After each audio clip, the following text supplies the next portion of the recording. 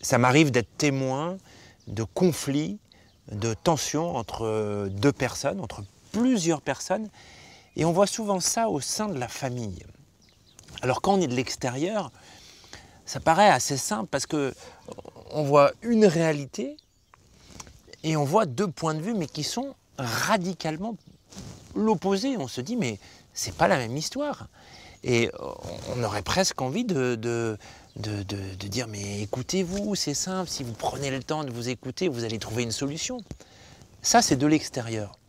Mais quand on vit ces tensions, ces conflits de l'intérieur, c'est une autre paire de manches parce qu'on est fermé sur soi-même et on n'est pas du tout prêt à s'ouvrir. Parce que souvent, ces tensions sont le résultat de non-dits, de blessures qui remontent depuis très longtemps. Et puis, on vit des sentiments d'injustice et donc on s'est totalement fermé, on est persuadé d'avoir raison et on n'est en aucun cas prêt à lâcher quoi que ce soit.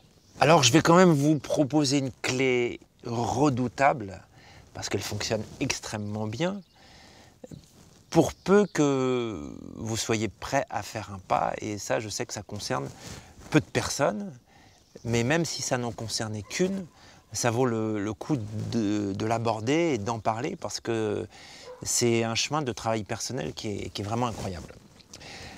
La clé elle est simple, sur le papier, c'est ouvrir son cœur. Alors, ouvrir son cœur, c'est pas être prêt à dialoguer. Ouvrir son cœur, c'est se rendre vulnérable, c'est être prêt à nouveau à être touché par l'autre. Ça veut dire prendre le risque d'être blessé. Et puis quand on ouvre son cœur, en général, quand il y a un conflit, les deux ont le cœur fermé. Donc s'il y en a un qui l'ouvre, ça ne veut pas dire que l'autre va l'ouvrir. Ou en tout cas, s'il l'ouvre, ça va prendre peut-être un peu de temps. Mais en tout cas, si on veut que l'autre ouvre son cœur, la seule solution, c'est d'ouvrir le sien. C'est vraiment être dans une démarche de paix et de réconciliation. C'est vraiment sortir de la tête pour descendre dans le cœur, comme un enfant. Et je suis d'accord, c'est prendre vraiment des gros risques. Mais c'est aussi, parce qu'il y a des points positifs, même si ça n'aboutit pas, c'est s'ouvrir à la paix avec soi-même, c'est s'ouvrir à la joie, c'est renoncer d'avoir raison, c'est renoncer de vouloir convaincre l'autre, c'est changer de niveau. On quitte le côté de raisonnement où on va expliquer à l'autre pourquoi on a raison, pour qu'il puisse comprendre. C'est quelque chose, c'est une démarche où on ouvre, on s'ouvre. Donc on devient dans l'accueil. On est prêt à tout entendre, à tout recevoir, comme si on était finalement un ami. Entre amis, on est ouvert. Alors vous allez me dire, oui, mais que quand je vis la situation, c'est plus difficile. Oui, je sais que c'est plus difficile. C'est un véritable travail. Mais ouvrir son cœur sur des petites choses va permettre de muscler, c'est comme un muscle, de prendre une habitude de s'ouvrir pour des plus grandes choses. Et s'ouvrir, lorsqu'on se ferme, c'est le faire le plus vite possible, parce que plus on attend, plus ça va être difficile. Plus une porte a été fermée depuis longtemps, plus elle est rouillée, et parfois ça devient très très compliqué. Donc déjà, s'habituer sur des petites choses, des petites disputes, prendre le minimum de temps pour revenir et s'ouvrir. Et c'est vrai que quand on s'ouvre, ça facilite l'ouverture de l'autre. Ouvrir son cœur aussi, ce qui est difficile, c'est qu'il faut renoncer à son orgueil. Et ça, c'est compliqué parce que l'ego, il est très très fort. Encore une fois, prenez l'exemple d'un enfant, l'enfant avec ses parents. Prenez l'exemple aussi, je sais pas, d'un parent avec son enfant. Souvent, on va passer sur des choses qui, si ça venait de l'extérieur, on ne passerait pas dessus parce qu'on est blessé. Est-il possible d'y arriver par ses propres forces, d'y arriver seul?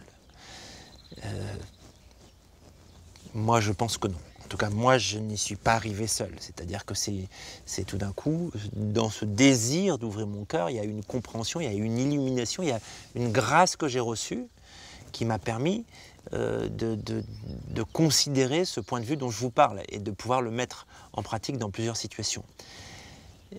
Et là, on revient toujours à la même chose. Déjà, il faut avoir le désir d'ouvrir son cœur et ensuite, il faut avoir cette humilité de savoir qu'on est une simple créature et de demander cette grâce au Créateur, parce que c'est une grâce que l'on reçoit. La décision d'ouvrir son cœur pour moi ne suffit pas. Sinon, on fait une démarche par la force, par l'intellectuel, et les circonstances vont nous mettre devant la triste réalité que ce qu'on croyait avoir résolu, en fait, ne l'est pas du tout. La vraie ouverture du cœur, eh bien, c'est un nettoyage, c'est un nettoyage du côté relationnel qui nous appartient, puisque dans une relation, on est deux et on ne peut pas faire les démarches tout seul. La seule chose qu'on peut faire, c'est se libérer de ces freins, de ces poids qui nous écrasent, de ce qui nous poursuit, c'est insupportable. S'ouvrir, c'est être prêt à accueillir l'autre maintenant, dans un jour, dans 2 jours ou dans 10 ans. C'est-à-dire, je reste ouvert. S'il vient vers moi, je suis prêt à me mettre autour de la table et à t'écouter. Qu'est-ce que tu as à me dire? Qu'est-ce que tu as vécu? Et à ne pas renchérir, à ne pas répondre. Ça ne veut pas dire qu'un peu plus tard, on ne peut pas dire avec son cœur aussi, voilà, j'ai été blessé, je me suis senti trahi, je me suis senti abandonné, c'était super dur, j'ai éprouvé de la colère, je t'en voulais. Là, c'est pas rationnel, on exprime ces émotions qu'on a vécues et les exprimer, déjà, c'est les libérer. Parce que le fin mot de l'histoire, c'est la libération. Ouvrir son cœur, c'est se libérer, c'est à nouveau être prêt à donner, à offrir et à accueillir.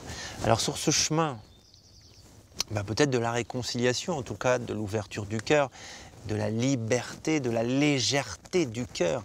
Un cœur ouvert, c'est un cœur léger, c'est un cœur d'enfant. Je vous dis bon courage, à très bientôt.